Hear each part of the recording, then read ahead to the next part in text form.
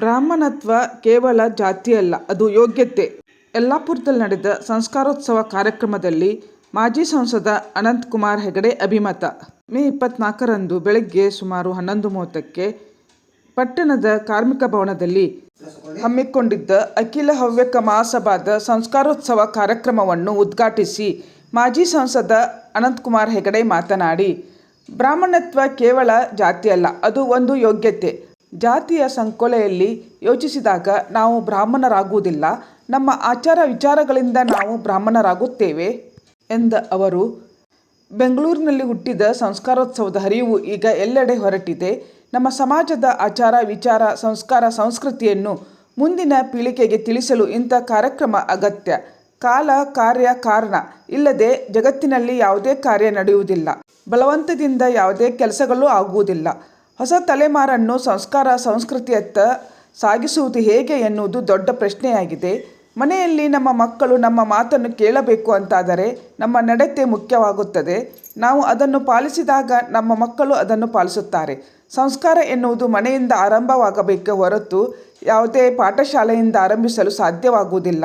ಜಾತೀಯತೆಯ ಮೇಲೆ ಹೋಗಬೇಕೇ ಅಥವಾ ನಮ್ಮತನದ ಮೇಲೆ ನಮ್ಮನ್ನು ಗುರುತಿಸಬೇಕೇ ಎನ್ನುವುದು ಜಿಜ್ಞಾಸೆಯ ಪ್ರಶ್ನೆಯಾಗಿದೆ. ಬ್ರಾಹ್ಮಣತ್ವ ಕಳೆದು ಹೋಗುತ್ತಿದೆ. ನಾವು ವಾಸ್ತವಿಕತೆಯನ್ನು ಅರಿತುಕೊಳ್ಳದಿದ್ದಾಗ ನಮಗೆ ಮುಂದಿನ ದಾರಿ ಕಾಣುವುದಿಲ್ಲ. ನಾನು ಬದಲಾದಾಗ ಮಾತ್ರ ಸಮಾಜದ ಬದಲಾವಣೆ ಸಾಧ್ಯ ಎಂಬುದನ್ನು ನಾವೆಲ್ಲ ಅರಿಯಬೇಕು ಎಂದರು. ಅಖಿಲ ಹವ್ಯಕ ಮಹಾಸಭಾದ ಅಧ್ಯಕ್ಷ ಡಾಕ್ಟರ್ ಗಿರಿಧರ್ ಕರಜೆ ಮಾತನಾಡಿ, ಇಲ್ಲಿ ಜನ ಸೇರಿರುವುದು ಕಾರ್ಯಕ್ರಮದ ಸಾರ್ಥಕತೆಯನ್ನು ತೋರಿಸುತ್ತದೆ. ನಮಗೆ ಎಷ್ಟೇ ಕಷ್ಟ ಬಂದರೂ ಸಮಾಜಕ್ಕಾಗಿ ನಮ್ಮನ್ನು ನಾವು ತೊಡಗಿಸಿಕೊಂಡಾಗ ಮಾತ್ರ ಸಾರ್ಥಕತೆ ಕಾಣಲು ಸಾಧ್ಯ. ಆತಿಥ್ಯಕ್ಕೆ ಹೆಸರುವಾಸಿಯಾಗಿರುವ ಯಲ್ಲಾಪುರದಲ್ಲಿ ಇಂಥ ಯಶಸ್ವಿ ಕಾರ್ಯಕ್ರಮ ಆದರ್ಶಪ್ರಾಯವಾಗಿದೆ ಎಂದರು.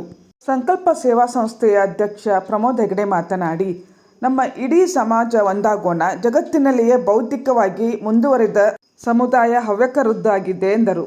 ವೇದಿಕೆಯಲ್ಲಿ ಅಖಿಲ ಹವ್ಯಕ ಮಹಾಸಭೆಯ ಉಪಾಧ್ಯಕ್ಷ ಶ್ರೀಧರ್ ಭಟ್ ಕೆಕ್ಕರ್, ನಿರ್ದೇಶಕರಾದ ಪ್ರಶಾಂತ್ ಹೆಗಡೆ ಇದ್ದರು. ಇದೇ ಸಂದರ್ಭದಲ್ಲಿ ಅಖಿಲ ಹವ್ಯಕ ಮಹಾಸಭಾದ ಮಹಿಳಾ ವೇದಿಕೆಯನ್ನು ಆರಂಭಿಸಿ ಪದಾಧಿಕಾರಿಗಳಿಗೆ ಆಜ್ಞಾಪತ್ರವನ್ನು ನೀಡಲಾಯಿತು. ಪ್ರಸಾದಿನಿ ಭಟ್ ಪ್ರಾರ್ಥಿಸಿದರು. ನಿರ್ದೇಶಕರಾದ ಗೋಪಾಲಕೃಷ್ಣ ಭಟ್ ಹಂಡ್ರಮನೆ ಸ್ವಾಗತಿಸಿದರು. ವೀಣಾ ಜೋಶಿ ಮತ್ತು ರವೀಂದ್ರ ಗಾಂವ್ಕರ್, ನಿರ್ದೇಶಕ ಸಣ್ಣಪ್ಪ ಭಾಗವತ್ ವಂದಿಸಿದರು. ಬ್ರಾಹ್ಮಣ್ಯ ನಶಿಸ್ತಾ ಇದೆ. ಹೌದು, ಆಚಾರ ವಿಚಾರಗಳಲ್ಲಿ ಎಲ್ಲದರಲ್ಲಿಯೂ ಕೂಡ ನಮ್ಮತನವನ್ನ ನಾವು ನಿಧಾನವಾಗಿ ಕಳ್ಕೊಂಡು ದೂರ ಹೋಗ್ತಾ ಇದ್ವಿ. ಇದ್ದಿದ್ದರಲ್ಲೇ ಒಂದು ಚೂರು ಪಾರಿ ಹಿಡ್ಕೊಂಡು ಎಳೆದಾಡ್ತಾ ಇದ್ವಿ ಅಷ್ಟೇ. ಬಹುತೇಕ ಇವತ್ತು ಜಾತಿಯಲ್ಲಿ ಹುಟ್ಟಿದ್ರಿಂದ ಬ್ರಾಹ್ಮಣರು ಅಂತ ಕರೆಸ್ಕೋಬೇಕೆ ಅಥವಾ ನಮ್ಮತನದ ಆಧಾರದ ಮೇಲೆ ನನ್ನನ್ನು ಬ್ರಾಹ್ಮಣ ಅಂತ ಗುರುತಿಸಬೇಕೆ, ಇದೊಂದು ಜಿಜ್ಞಾಸೆಯ ವಿಷಯ. 100ಕ್ಕೆ 99 ಅಲ್ಲ, 1000ಕ್ಕೆ 999 ಅಂತಂದ್ರೂ ತಪ್ಪಿಲ್ಲ, ಅಥವಾ ಅದಕ್ಕಿಂತ ಜಾಸ್ತಿ ಅಂತಂದ್ರೂ ತಪ್ಪಿಲ್ಲ. ಬ್ರಾಹ್ಮಣತ್ವ ಕಳೆದೇ ಹೋಗಿದೆ. ಆಷಾಢ ಭೂತಿತನಕ್ಕೆ ನಾವು ನಮ್ಮನ್ನ ಬ್ರಾಹ್ಮಣರು ಅಂತ ಕರ್ಕೊಂತಾ ಇದ್ದೀವಿ ಅಷ್ಟೇ.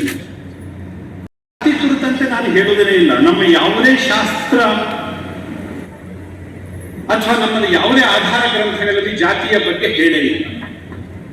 ಚಾತುರ್ವರ್ಣ್ಯಂ ಮಯಾ ಸೃಷ್ಟ್ಯಂ ಗುಣ ಕರ್ಮ ವಿಭಾಗಶಃ.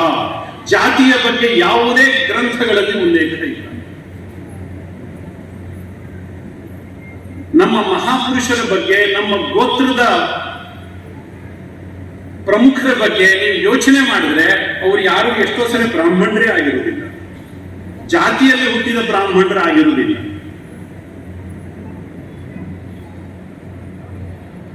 ವೇದಗಳನ್ನ ಕಂಡುಕೊಂಡಿರ್ತಕ್ಕಂಥ ಅದೆಷ್ಟೋ ಋಷಿ ಮುನಿಗಳು ಜಾತಿಯಿಂದ ಹುಟ್ಟಿದ ಬ್ರಾಹ್ಮಣರೇ ಅಲ್ಲ.